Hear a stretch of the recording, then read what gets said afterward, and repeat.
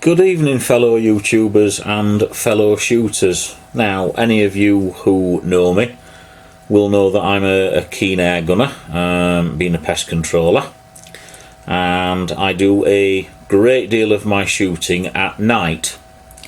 Now, on my gun, which again, if you know me, you'll know is a HW100, sometimes it's a bit inconvenient when you forget how many pellets you've fired or how many are left in the 14-shot magazine. So I've been looking at a way to try and alleviate this problem so I can see how many shots are remaining. Now, this is the little device that I found that I've modified, and it does exactly that. Now, what this is, and it's available on eBay, it's just called a finger tally counter. And very, very simply, you push the count button, and as you can see, every time the count button is pressed, it increases by increments of 1. Now, it'll go on for hundreds of thousands. It has, needless to say, a reset button which resets it, and this model has an LED light. Now, not all of them do, so if you're going to do this, and I think you can see the model number there, Sierra X-Ray Hotel 5136, but just search in LED tally counter in your favourite online tap bazaar, and you should find it there. Now, before we go any further, and I am sorry about this, however, this is a message to the forum administrators of Airgun BBS. Dear Airgun BBS, you are not permitted to link to this video. You are not permitted to externally link to it, internally link to it, to link to it in any way, shape or form, basically. So Airgun BBS forum moderators, go fuck yourselves. Right, now with that out of the way, let's crack on. So here is one that I've been using essentially as a prototype. Now, the only difference is, all I've done is I have connected a wire to the switch terminals, and I'll try, it's a little bit tricky with one hand this. If I short these two wires out, as you can see, it counts. Now, if you keep the wires together, it doesn't go off automatically counting. Reset. So it's because the wires are just touching, very short. So this is a prototype. I'll just let me separate these a little bit. There we go. So reset, and if I just put something, Swiss Army knife, metal in the way, as the switch contacts, so I'm just shorting it out on my Swiss Army knife, up it counts, and if you leave it 10 minutes it turns itself off. When you activate the switch again, it'll automatically come back on at the last remembered position. So what we'll do is I'll show you how to wire this, and with any luck, if you want to, you should be able to make one quite easily. It's not very difficult at all. So what will you need? Obviously, tally counter. You'll need a soldering iron. You'll need a little bit of cable and a screwdriver set. So let's have a look. So the first thing to do, move that out of the way now. is there are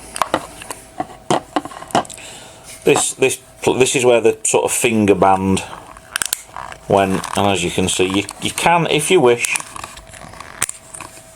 remove it. There's no point in doing so, but you can do.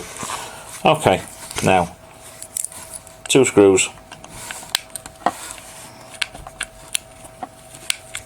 That's the wrong size screwdriver.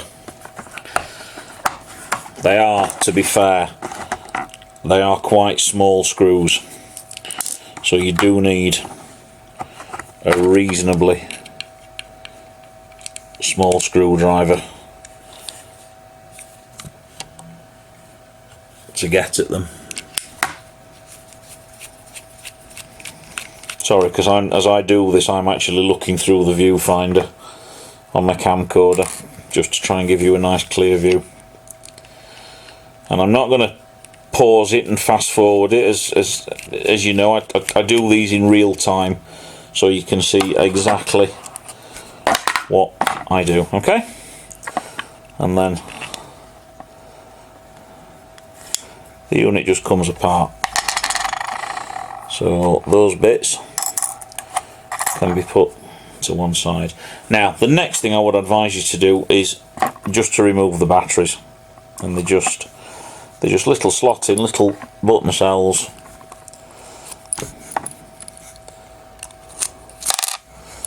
There's one, and there's the other. Can we see if we can see what they are, because I must admit I'm not entirely sure myself.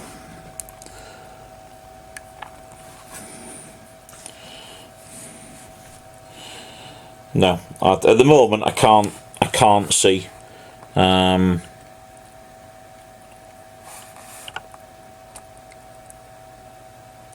No, I don't. Hold on. Let's try it with a. Let's try the old Swiss Army magnifying glass. LR1130. I can't imagine you can see that, but that's what they are. LR1130. So, okay. The next thing you need to do is remove these, one here and one just there, little screws, and what they do is they secure the circuit board to the LCD display to ensure that it makes a good contact. If you don't put those screws back, the display is unreliable. So again, with your small screwdriver, and that's too big. They are very, very tiny little screws, these. Small, really tiny little Phillips screwdriver.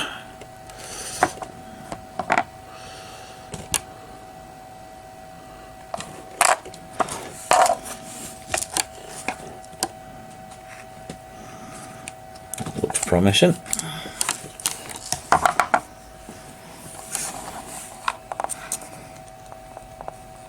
Yeah, there we go.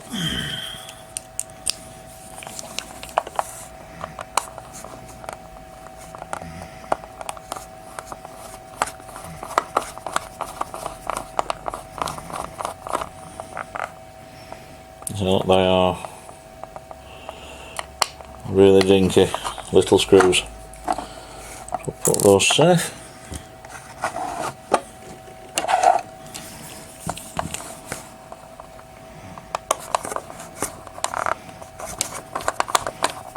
I'm going to do this video in 2 parts because I haven't got the gun with me at the moment. Okay, so that's the 2 screws out, and now carefully you can lift the main circuit board away, and there's 2 just here. Try not to break them. There's one there. Just bring that light round a little bit. There's one there and one there, just little pegs, so if you can avoid breaking them, so much the better, because they will help to align the circuit board back properly with the LCD. So it is a little bit fiddly this, because I'm not really at the best angle, but I'm just trying to make sure that you guys or gals can see what I'm doing.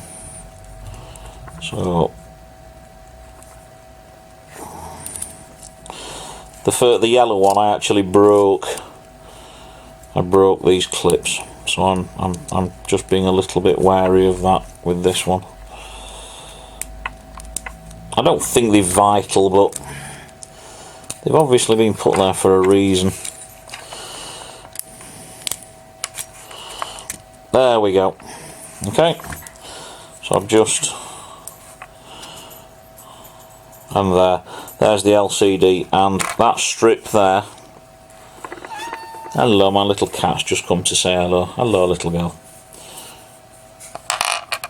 This here, this is the rubber contact strip that connects with those contacts there. So try to keep those clean, try not to get anything on them. Now, also watch out in here, watch out for the two buttons. One's the LED button and one's the reset button, and that there, this is the count actuator. Now this we can do away with because we aren't going to be using it, so that can go. Right, it's really quite straightforward this. A little bit of soldering involved. Basically we need to solder a wire to this point here, okay, and another wire to, well, basically somewhere on this green. Now if I can zoom in, let's have a look, see whether I can, yeah, there we go, look at that, lovely. Okay, you could solder to the outside edge of this, but that requires, you know, it's quite fine solder.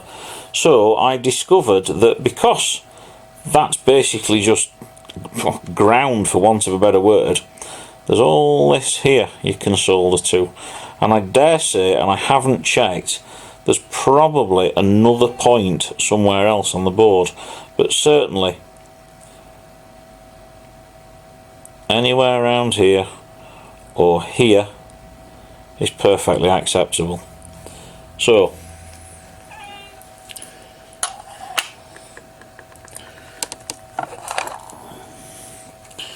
if you haven't seen one of these before, so let me zoom back out a little bit, folks.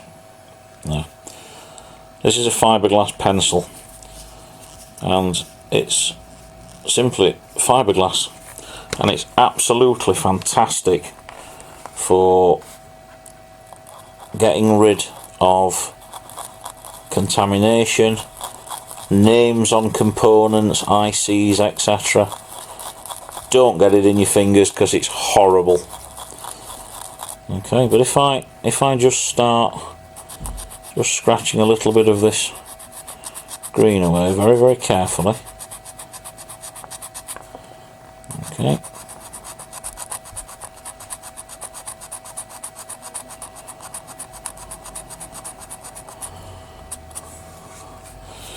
You can see that you can actually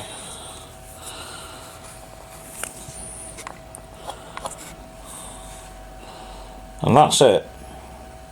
So a wire to the little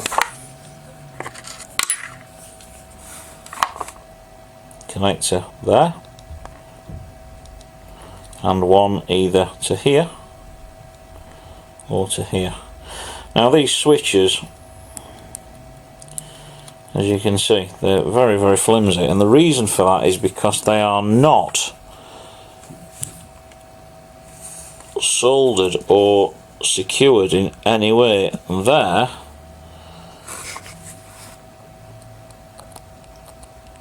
is the other side of them.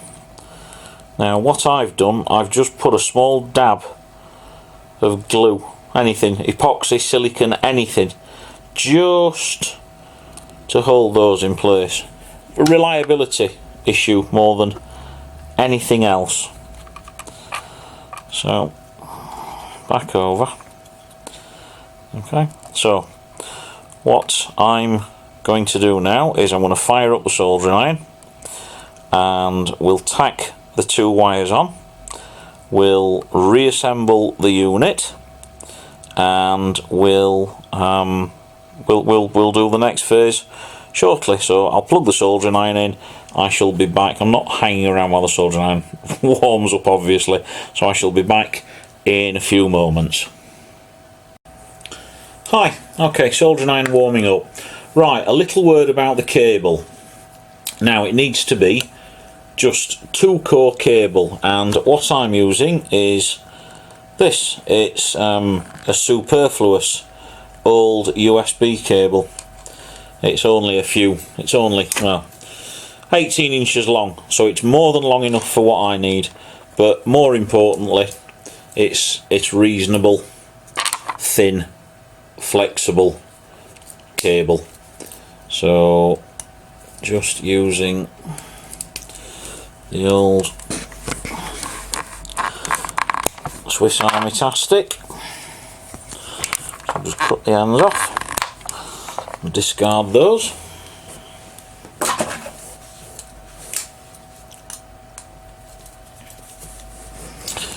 What I was saying about those two small switches, I've just dropped on a very, very, very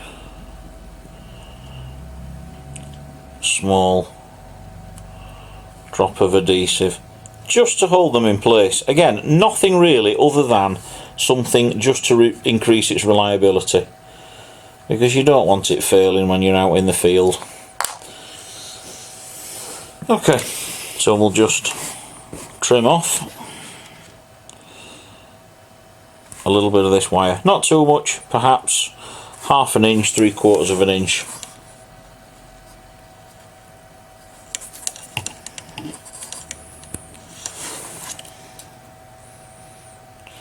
Sorry, I am doing this bit off camera because it's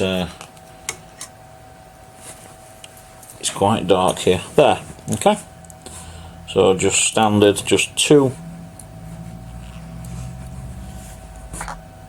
cable, and we'll trim the ends down on that. Now it really doesn't matter which way round you do this, doesn't matter what colour goes where, but one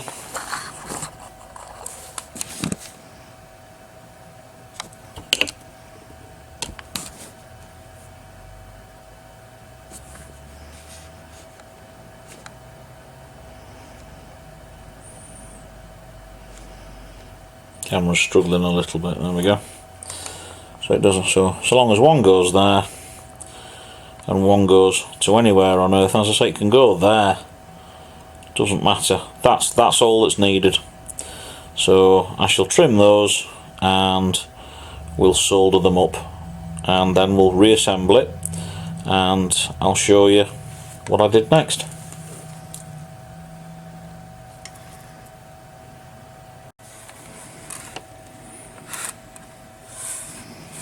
Okay.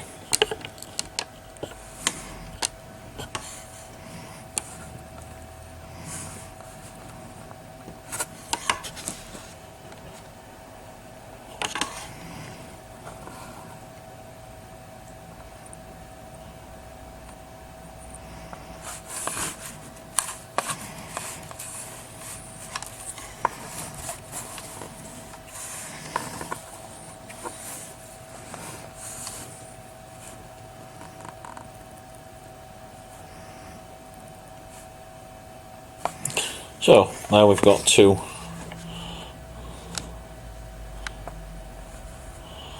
nicely tinned wires, and we'll just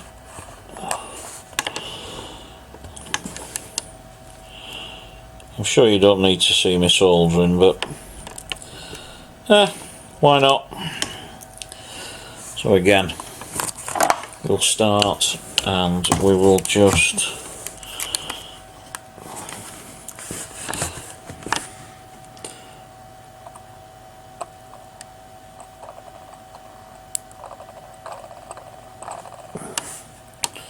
tin that, and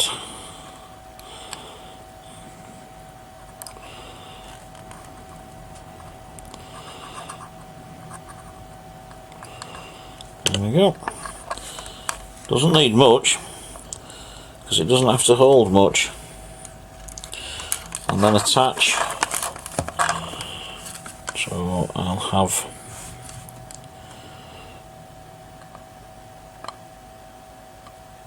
that one there. Sorry, no, you didn't see that. And then we'll just have the black one.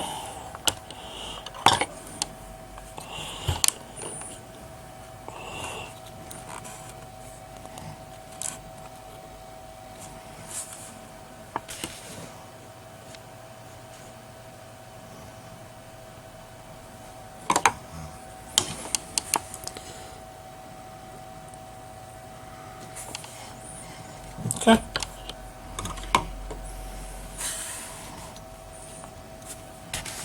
Let's see how close we can get in.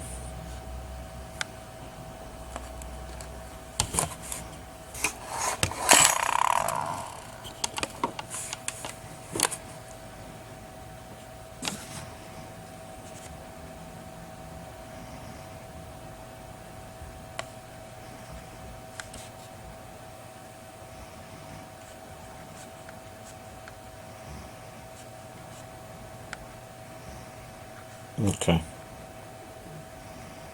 There. Okay.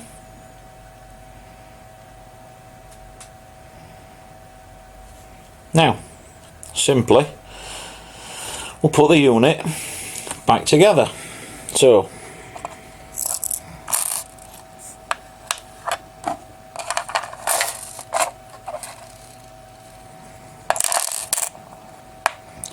now if, as has just happened, everything has just fallen out, let me show you the reassembly steps. This little reflector here goes with the lip up, as it were. Again, if you can, try not to touch that rubber contact strip.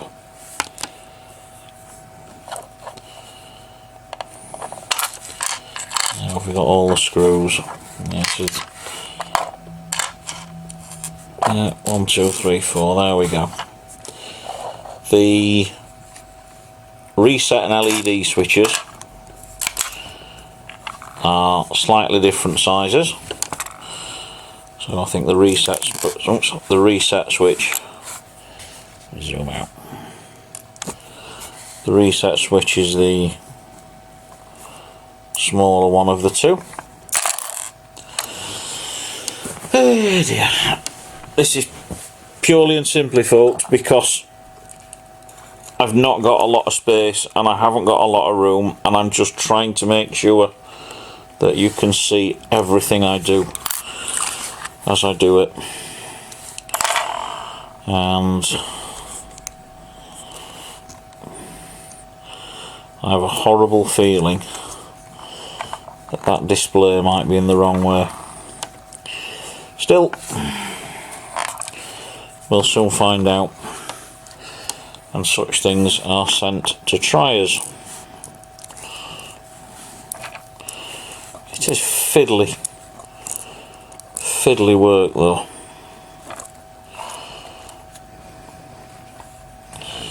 Okay, there's one. There's the other. Now, if you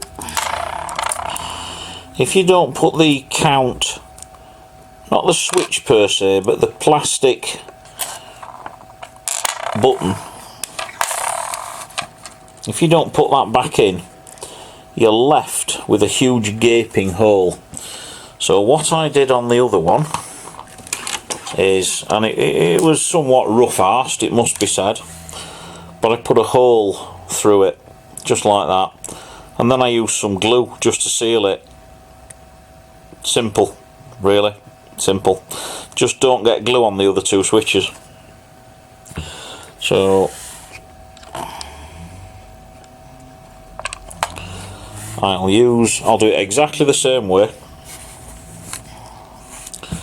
Try not to burn myself. Soldering iron, straight through the middle, quick turn and out.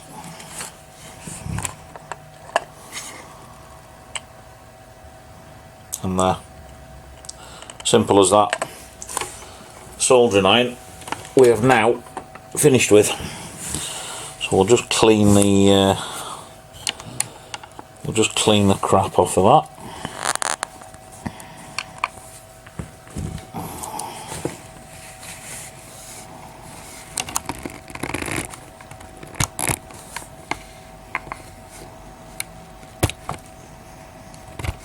Okay.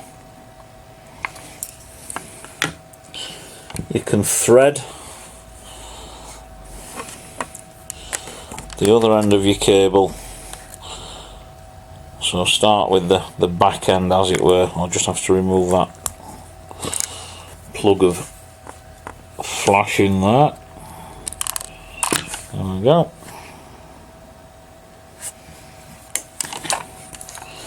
So simply thread that through. If the hole, it is big enough. It is quite a fit, but again, that's not a bad thing. And just pull it down the cable until it gets somewhere near. Now be careful, because obviously they're quite small soldered joints, but I've done it in a way so that, like that, it puts the least amount of stress on the cable.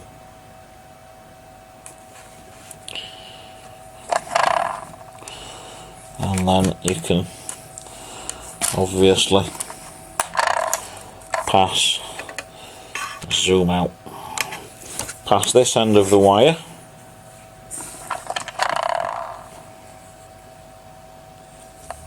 through the hole like that.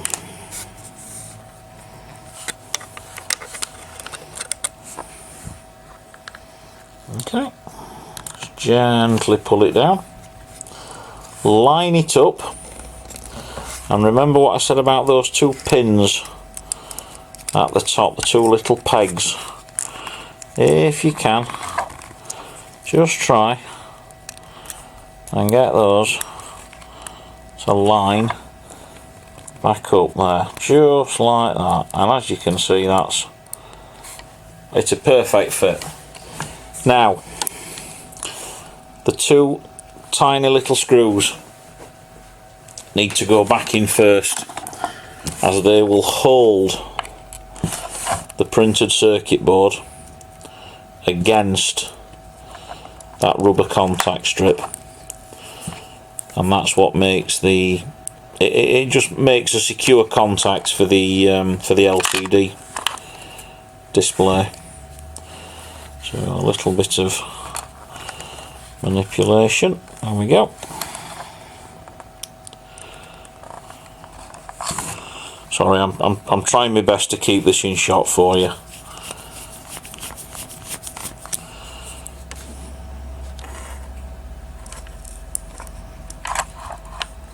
Okay, that's better. Don't over tighten them, otherwise you just strip the thread. And again with the next one. That was close. Nearly sent that screw into the carpet.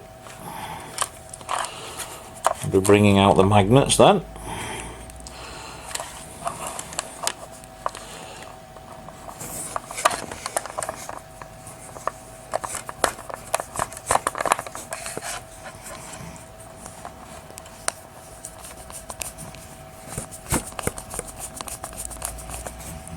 Okay. Now if you turn it over, just check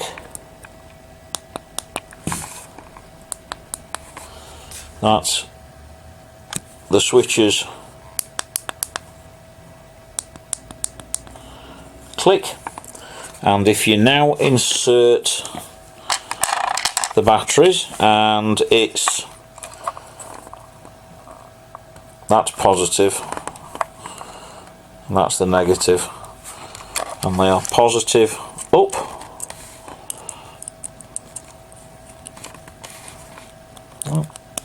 one, two, and as you can see we have a 0, the light works. I can't oh yeah, there we go, look, and the reset works. So the only thing left to check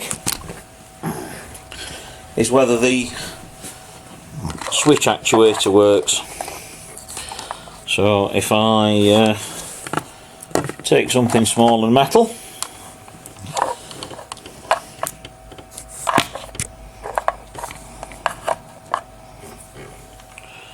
and shove it on the ends, and as you can see,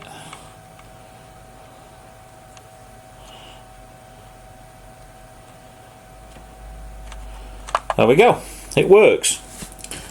So you can now put the back on the unit,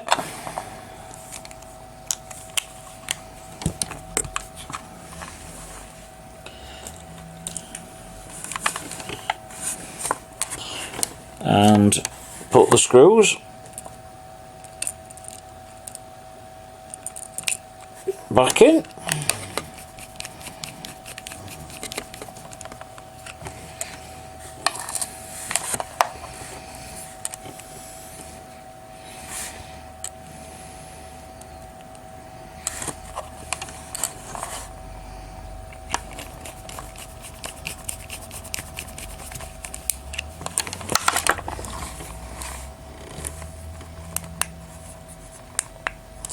And that, and I'll seal this up with some adhesive just for my own peace of mind. And that is it. That is the first part of your pellet counter complete. So I'm going to put some glue on this, seal it up, and I'm just waiting for one other part to arrive, and when that part arrives, which will hopefully be tomorrow, we'll continue with the next phase. How I'm hoping to do this is with a device called a reed switch.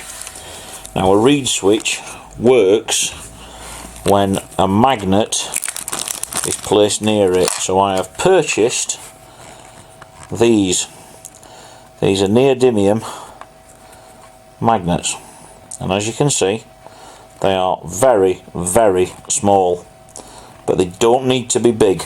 They are, however, incredibly powerful. And if I can just,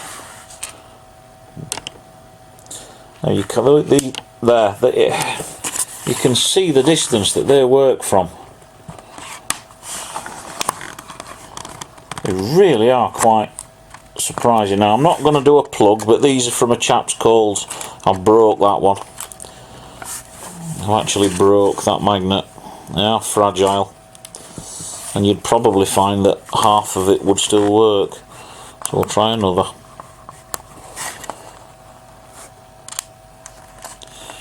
Okay, so let's, if I use that as a marker there. Okay. Now that's about 3 inches apart. You see that? So that's 2.5 inch gap.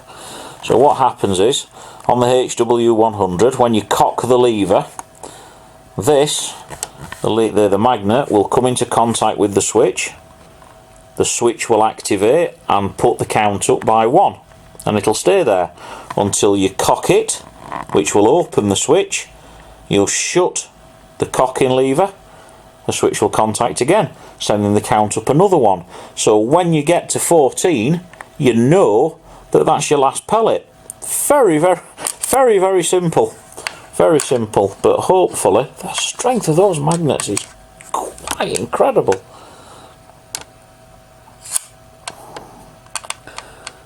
And there we go.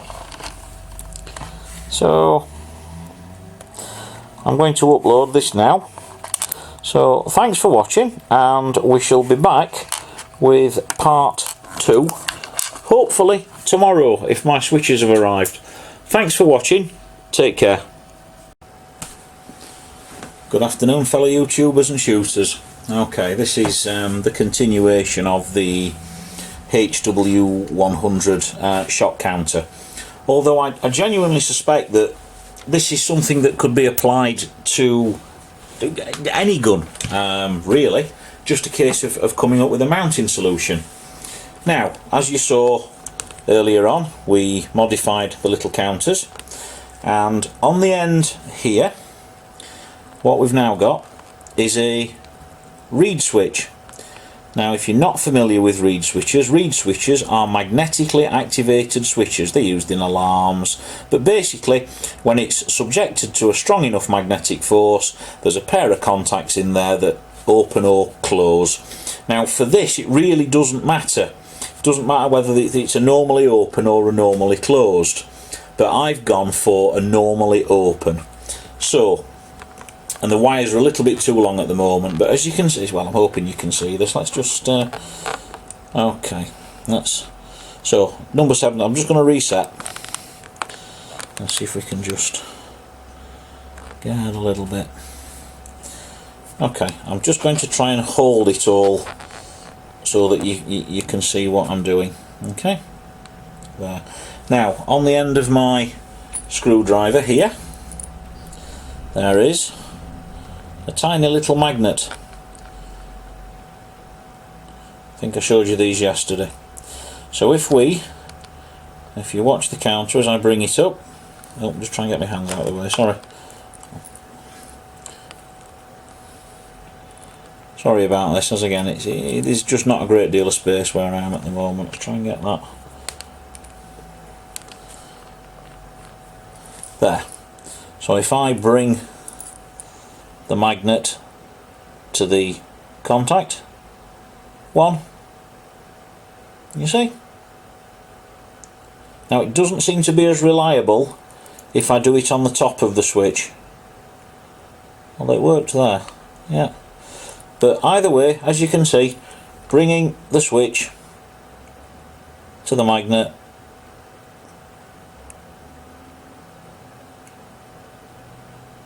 so every time you cock the lever or pull the trigger, as you can see, it counts. So my next task is to try and mount this on a convenient position on my gun. Now I was going to use the cocking lever, but that might be a little bit difficult, so I'm also looking at using the trigger. This will be the difficult part, to be honest. The role this has been relatively straightforward, but that in principle is it. Cock or trigger. So I'm going to do some investigating, and the next bit of the video will be me mounting it, or I will have mounted it to the gun and we'll be putting it to the test. I hope you've enjoyed watching so far, and I hope that you'll find this little modification useful. Probably could be used for a variety of applications. This is just the one that's pertinent to me. Thanks for watching, take care, and I'll speak to you all later on.